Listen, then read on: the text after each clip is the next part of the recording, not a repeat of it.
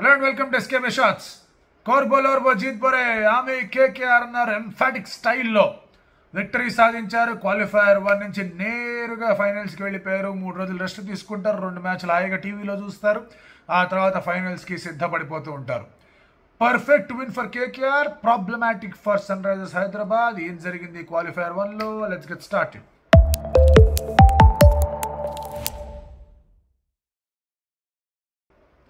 Toss గెలిచిన తర్వాత batting ఎంచుకున్నాడు Pat Cummins. Before you pinpoint ఈ నిర్ణయం కరెక్టా కాదా అనేది take it from me, it's right decision. ఆ డెసిషన్ అనేది ఇంప్లిమెంట్ చేసే విధానంలో తప్పులు జరిగాయి. ఎందుకంటే పిచ్ చూసినప్పుడు it was very clear dew is going to come. ఎందుకంటే టెంపరేచర్ వాజ్ అరౌండ్ 40-42. ఆ తర్వాత రాత్రి టెంపరేచర్ చూసుకుంటే it came down to 38. 4 degrees తేడా ఉంది అంటే కనుక డ్యూ అనేది రావడం గ్యారంటీ, ఎస్పెషలీ అంత హీట్ ఉందంటే atmosphere. So they knew that dew will come. SRS strength ఏంటి? Posting big totals. So big టోటల్స్ని పోస్ట్ చేద్దాం, బాగా ఆడదాం, ముందుకు తీసుకెళ్ళిపోదాం అండ్ కేకేఆర్ మీద ప్రెషర్ పెడదాం. క్వాలిఫైయర్ 1 రన్స్ ఉన్నాయంటే కనుక నథింగ్ బెటర్ దెన్ దాట్ అనుకొని ఒక ఆలోచనతో వెళ్ళారు. బట్ 25 లక్షలు తక్కువ 25 కోట్లు ఇచ్చిన ప్లేయర్ మిచెల్ స్టార్క్ ఏ రోజైతే అతని దగ్గర నుంచి పర్ఫెక్ట్ డెలివరీలు కావాలో ఆ రోజు వచ్చాయి. Travis head second ball stump ఎగిరింది. ఫస్ట్ బాల్ అవుట్ స్వింగ్ అయింది, second ball bowled in to the stumps. ఆ బాల్ కొంచెం తిరిగింది గాల్లో అండ్ ఆ తర్వాత ట్రావిస్ హెడ్ వాస్ కాట్. అర్థం కాలేదు ఏం జరిగిందో అండ్ స్టంప్ ఎగిరింది. తర్వాత నెక్స్ట్ ఓవర్లో ఆండ్రే రసిల్. ఈసారి ఆండ్రే రసిల్ యాక్చువల్గా 2 గిట్టి దెబ్బలు వేసాడు ఈ మ్యాచ్లో. స్టార్క్ 3 వికెట్లు మాట్లాడుకోవచ్చు, వెంకటేశ్వర్ 50 గురించి మాట్లాడుకోవచ్చు, శ్రేయస్సర్ 50 గురించి మాట్లాడుకోవచ్చు, రామనల్లా గురుబాజ్ బాగా ఆడని మాట్లాడుకోవచ్చు. బట్ ఎస్ఆర్హెచ్ మీద నిజమైన దెబ్బ వాళ్ళ నాకౌట్ పంచ్ కొట్టింది ఆండ్రే రసిల్. సెకండ్ ఓవర్లో అభిషేక్ శర్మ క్యాచ్. మీరు ఫస్ట్ ఓవర్ గమనించుంటే కనుక రాహుల్ త్రిపాఠి అక్కడ అవుట్ అయ్యేవాడు. నరేన్ సరైన రీతిలో జంప్ చేయలేకపోయాడు, అందుకే ఫీల్డర్ని మార్చాడు. అండ్ ఇక్కడ ఆండ్రే రసిల్ ఉన్నాడు. ఎక్స్ట్రా బౌన్స్ అనేది ఉండింది. ఈ విషయం గుర్తుపెట్టుకుని 1 minute మాట్లాడదాం. ఎక్స్ట్రా బౌన్స్ అనేది సర్ఫేస్ మీద ఉండింది. వీళ్ళు వేస్తున్నప్పుడు ఉండింది, వాళ్ళు వేస్తున్నప్పుడు ఉండింది. ఆ ఎక్స్ట్రా బౌన్స్ వల్ల బ్యాట్ కొంచెం పై భాగానికి తగిలింది, కొంచెం స్లోగా వెళ్ళింది. Still it was travelling. Jump చేసి పడుకున్నాడు. అభిషేక్ శర్మ అవుట్. నేను ఎప్పుడు చెప్తూ ఉంటా, హెడ్ కన్నా కూడా అభిషేక్ శర్మ ఇంకా డేంజరస్ ఫెలో పవర్ ప్లేలో అని. And Abhishek Sharma was also a fantastic player of spin. అతను ఉండుంటే కనుక బల్లే ఉండేది. మిడిల్ ఓవర్స్లో పోయింది అక్కడ. సరే, రాహుల్ త్రిపాఠి అండ్ నితీష్ కుమార్ రెడ్డి బాగా ఆడుతున్నారు అనుకుంటున్న సమయంలో రౌండ్ వికెట్ వచ్చి ఆఫ్ స్టంప్ మీద బౌన్సర్ కొట్టాడు. Top edge Gurbaz catch, Nitish out. Next ball Shahbaz inside edge bowled. So power play అవ్వకముందే 4 వికెట్లు పడ్డాయి. 5వ ఓవర్లో స్కోర్ వాస్ 39 for 4. ఇంకా అక్కడ లాస్ట్ ఓవర్లో సరే ఆడే ప్రయత్నం చేశారు. బట్ అక్కడి నుంచి క్లాస్ అండ్ వికెట్ పడేంత వరకు ఎస్ఆర్హెచ్ బ్రాండ్ ఆఫ్ క్రికెట్ అనేది వీళ్ళిద్దరు ఆడారు, త్రిపాఠి అండ్ అలాగే క్లాస్. జనరల్గా 4 వికెట్ పడిన తర్వాత మెల్లగా ఆడుకుంటూ వచ్చేవాళ్ళు. బట్ అప్పటికే 11 ఓవర్స్లోనో 12 ఓవర్స్లోనో 100కి రీచ్ అయ్యే పని చేసేవాళ్ళు. అండ్ ఆ తర్వాత ఇంకొక మలుపు తిరిగింది. వరుణ్ చక్రవర్తి కూడా చాలా ఇంపార్టెంట్ వికెట్ తీశాడు.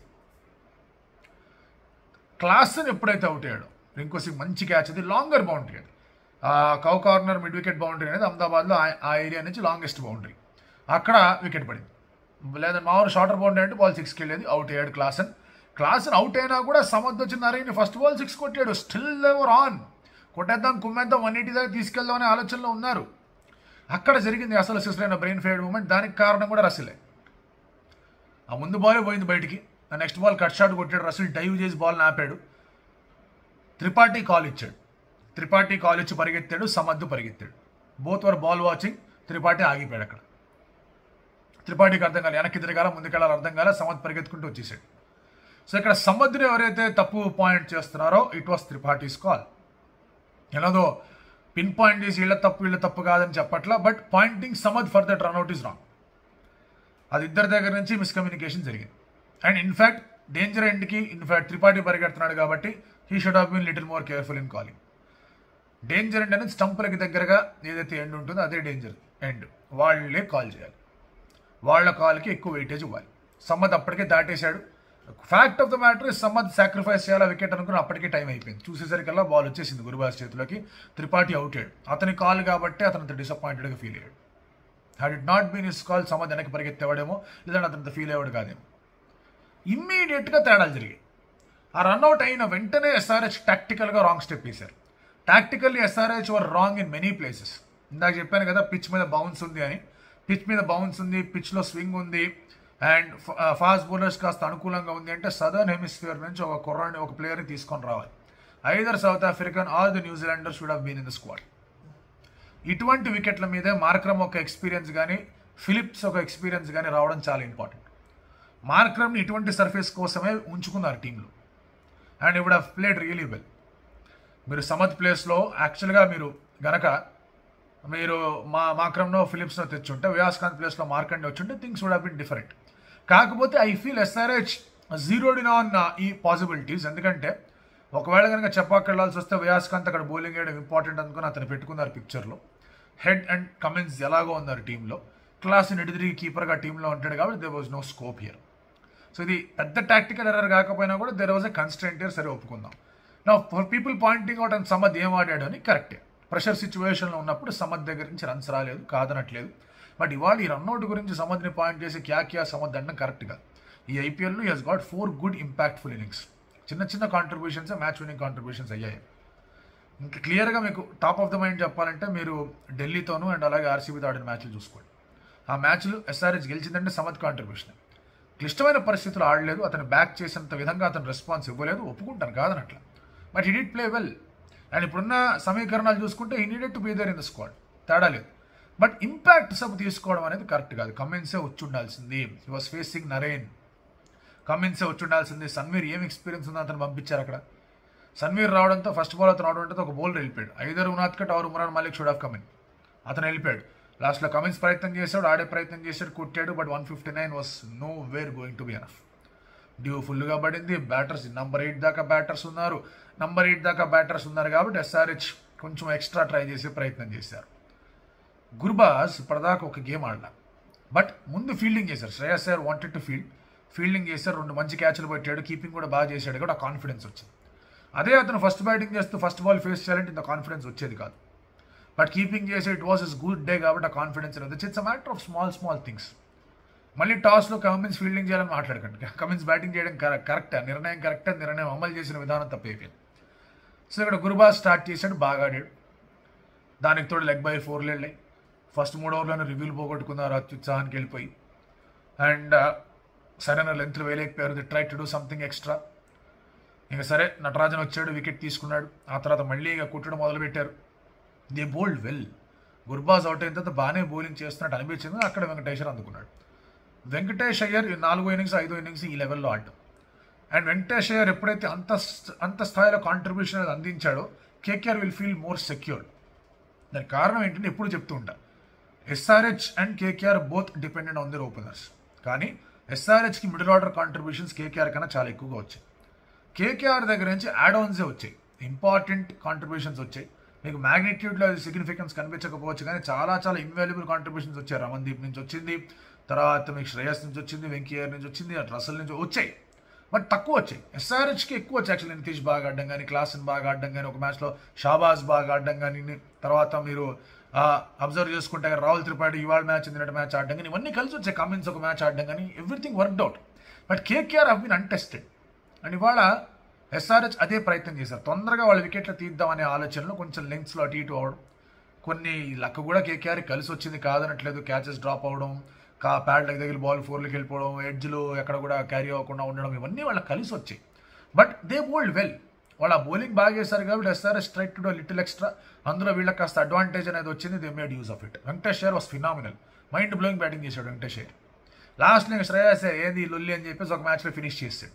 హెడ్ బౌలింగ్లో టక్ కొట్టేశాడు. అయిపోయింది, మ్యాచ్ని ఫినిష్ చేస్తారు. క్వాలిఫైర్ 1 గెలిచేసి ఫైనల్స్కి వెళ్ళారు. బట్ ఇక్కడ నిటిగ్రిటీస్ గురించి మనం మాట్లాడుకుంటే కనుక SRH బౌలింగ్లో they should have planned little better to Narine. Especially second over Cummins వేసినప్పుడు అక్కడ ఐదర్ 2 ఫుల్ వేసాడు లేదా 2 షార్ట్ వేసాడు. అక్కడ కనుక కమిన్స్ నరేన్కి వేస్తున్నప్పుడు ప్రాపర్గా వేసుంటే things would have been different. And ఇంకోటి ఇక్కడ మెచ్చుకోవాల్సింది ఏంటంటే Narine had a problem against Bhuvi. అందుకే ఫస్ట్ ఓవర్ ఫేస్ చేయాలి. ఫస్ట్ బాల్ నరేన్ భూవీని ఆడలా. ఫస్ట్ బాల్ గుర్బాజే ఆడాడు, ఫస్ట్ ఓవర్ అంతా గుర్బాజే ఆడాడు. So these are the slighter margins మనం చూడాలి. ఇవన్నీ చూసుకోవాల్సిన అవసరం చాలా ఉంది. నరేన్ భూవీని ఆడుంటే కనుక things would have been different. గుర్బాజే ఆడాడు. ఆల్దో గుర్బాజ్ ఇప్పటిదాకా ఒక్క మ్యాచ్ కూడా ఆడకపోయినా, ఒక్క బాల్ కూడా ఆడకపోయినా న్యాచురల్ థింగ్ ఏంటంటే కనుక లేదు నరేన్ నువ్వు ఆడు, ఎందుకంటే Gurbaz will take some time అనుకుంటారు. లేదు, గుర్బాజే వెళ్ళాడు.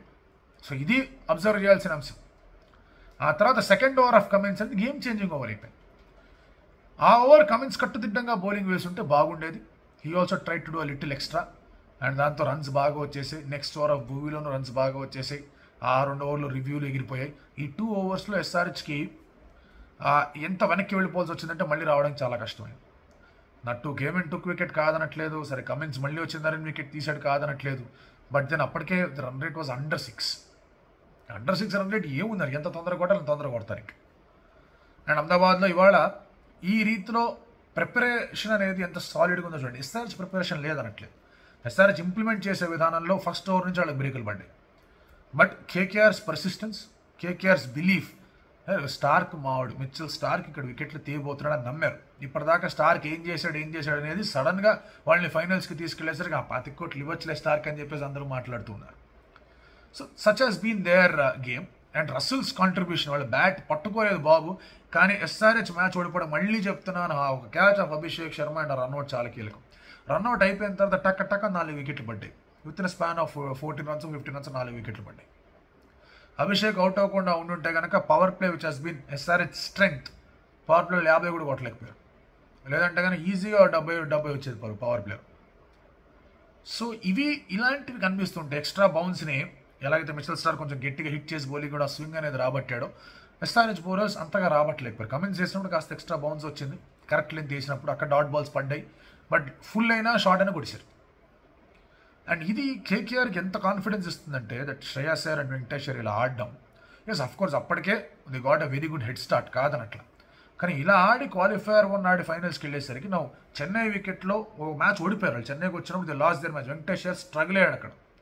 అతను చెన్నైకి వెళ్తూ లాస్ట్ మ్యాచ్లో నేను కొట్టా దేకలేంగి, శ్రేయస్ అయ్యర్ లాస్ట్ మ్యాచ్లో నేను కొట్టా చూసుకుందాం, స్టార్క్ నేను వికెట్లు తీసే, చెన్నైలో కూడా స్వింగ్ ఉంటుంది, చిన్న హ్యూమిడిటీ ఉంటుంది కాబట్టి స్వింగ్ ఉంటుంది, చలో ఫైనల్స్ చూసుకుందాం. సో ఈ రేంజ్లో వాళ్ళకి కాన్ఫిడెన్స్ అనేది వస్తుంది. But it still not everything last for SRH. వాళ్ళ క్వాలిఫైయర్ 2 ఉంది. అండ్ ఒక రకంగా వాళ్ళకి అది బ్లెస్సింగ్ ఇన్ డిస్గైజ్. అదేంటి అంటే కనుక చెన్నైలో ఫైనల్ కన్నా ముందు ఇంకొక గేమ్ ఆడుతున్నారు జస్ట్ 1 day ముందు. బాడీ రెస్ట్ పరంగా కొంచెం ఇబ్బందులు ఉండొచ్చు, కానీ they will get to figure out ఆ ఫీల్ ఏంటి, ఆరా ఏంటి, అట్మాస్ఫియర్ ఏంటి, ఎలా ఉండబోతుందని they can still figure things out. So ఆ విధంగా దాన్ని ఏమైనా అడ్వాంటేజ్గా మార్చుకుంటారా అనేది మాత్రం చూసుకోవాలి ఇక్కడ.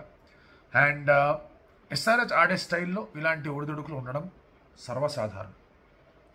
ఇవాళ అదే స్టైల్ వాళ్ళు కనుక అవలంబించకుండా ఉండుంటే వాళ్ళు 159 కూడా వచ్చేవాళ్ళు కాదు. They would have been somewhere at 120, 130. వాళ్ళు అలా ఆడారు కాబట్టి ఆ క్లాస్ అండ్ అలాగే త్రిపాఠి పార్ట్నర్షిప్ అలా వచ్చింది కాబట్టి వర్కౌట్ అయింది. And to sum it up for SRH it has been a bad day. Catch drop అయ్యి హెడ్ క్యాచ్ డ్రాప్ చేశాడు. క్లాస్ అంతా పరిగెత్తుకుంటే వెళ్ళి డైవ్ చేసినప్పుడు త్రిపాఠి పరిగెత్తుకుంటే ముందుకు వచ్చి క్లాస్ అని డాష్ కొట్టాడు, దాంతో ఆ క్యాచ్ డ్రాప్ అయిపోయింది.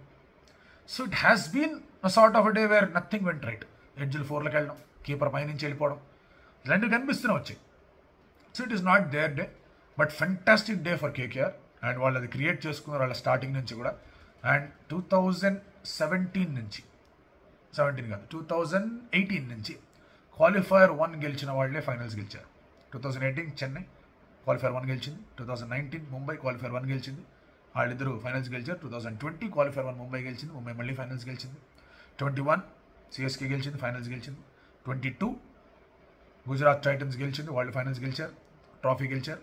23 మళ్ళీ సిఎస్కే క్వాలిఫైర్ 1 గెలిచింది, వాళ్ళు ట్రాఫీ గెలిచారు. So KKR will they repeat it or 2017 విషయానికి వెళ్ళిపోతే Mumbai Indians lost qualifier 1 against rising Pune super giant, వాళ్ళు వెళ్ళి ఫైనల్ గెలిచారు. ఇలా ఎస్ఆర్హెచ్ ఏమన్నా ఆడుతుందా? SRH is the only team eliminator నుంచి ఆడుకుంటూ ఫైనల్స్కి వచ్చింది. But there is a juggernaut that is coming. RCB వస్తుంది అక్కడ పరిగెత్తుకుంటూ, మరి ఆర్ఆర్ ఏం చేస్తుంది దాని గురించి రేపు పొద్దున మాట్లాడుకుందాం. Once again very very well done to KKR. Always risky ఫార్మాట్లోనే ఆడుతూ వచ్చారు లీగ్ దశలో, బట్ ఈ యొక్క స్టేజ్లో their bowling was at their best. Bowlers can win you tournaments. Batters మ్యాచ్లు గెలిపిస్తారేమో, బౌలర్లు టోర్నమెంట్లు గెలిపిస్తారా, దానికి ఒక పర్ఫెక్ట్ ఎగ్జాంపుల్ కేకేఆర్ సెట్ చేస్తుందా.